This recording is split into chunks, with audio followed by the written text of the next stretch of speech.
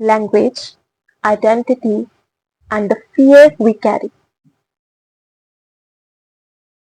If you are from India or any country shaped by a colonial past, what holds you back might not be your ability but your conditioning.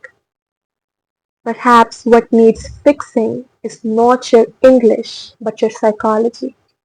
We are taught from the very start that effective communication in English equals intelligence. This is my personal observation that I feel more confident while speaking in English with a foreigner than with an Indian because Indians judge not just others but themselves. We may not intend to, but somewhere in the back of our head, we are calculating the grammatical mistakes. We are noticing the moments where we or the other person fumbled. This is rooted in the way English has been taught in our schools and, of course, our colonial past. But this weakness can be turned into strength because now we know that if we are not feeling confident, it's not a linguistic flow but a play of psychology. Here are some tips that helped me to feel more confident in my expression. Learning or speaking a foreign language is meant to empower us. We should never ever attach our worth to it. Think of English as French or German or some language from an island of Africa. As global as it may be, it's still a foreign language. We should view it just as a tool for development and communication.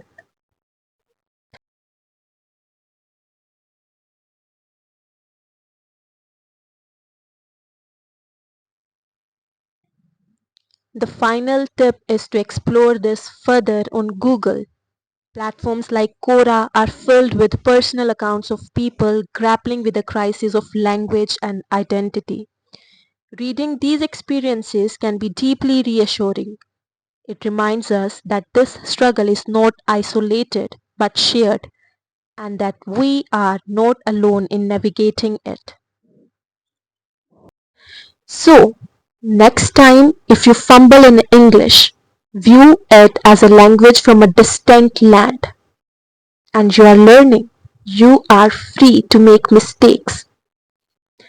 And if you can speak in English confidently, don't take pride in speaking English, but in the fact that you have mastered a foreign language. On this journey of expressing myself more freely and authentically, I learned to be more kind to myself because there were times when I felt fragmented in three languages: English, Hindi, and Punjabi, my mother tongue. I would feel lost in trying to figure out in what language I want to express or communicate in.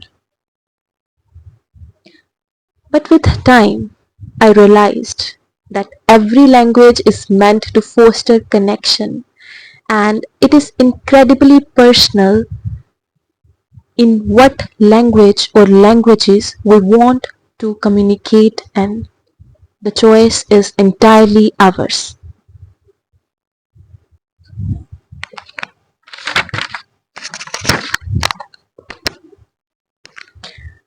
I noticed that poetry comes naturally to me in my mother tongue, Punjabi. I want to share my insights, ideas, and self reflections in English so that I can reach wider audiences. Hindi is my love language. Sanskrit, it's the language I love to test my tongue in. In my French course, Though I never completed it fully, I recalled how I learned a language as a child, alphabet to alphabet. The process was slow and unhurried.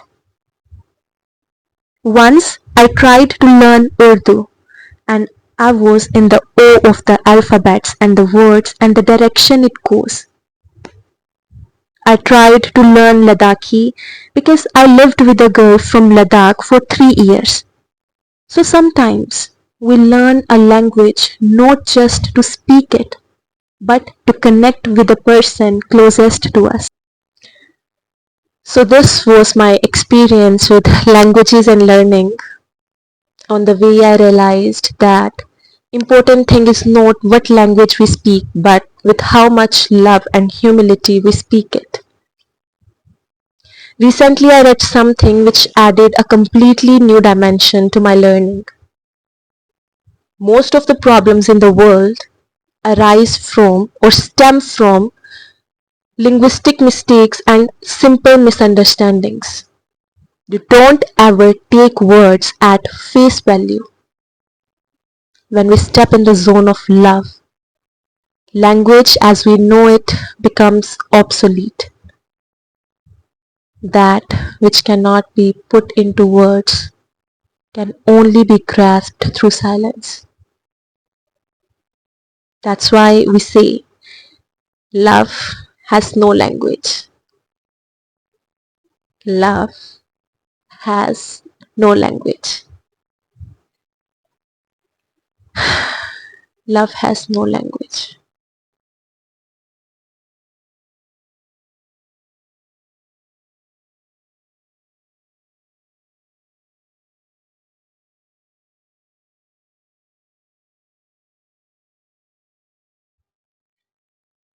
But this weakness can be turned into strength. I forgot to use the mic.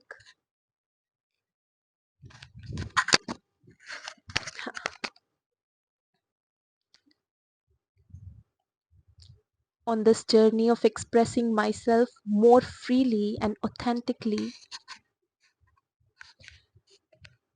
sorry,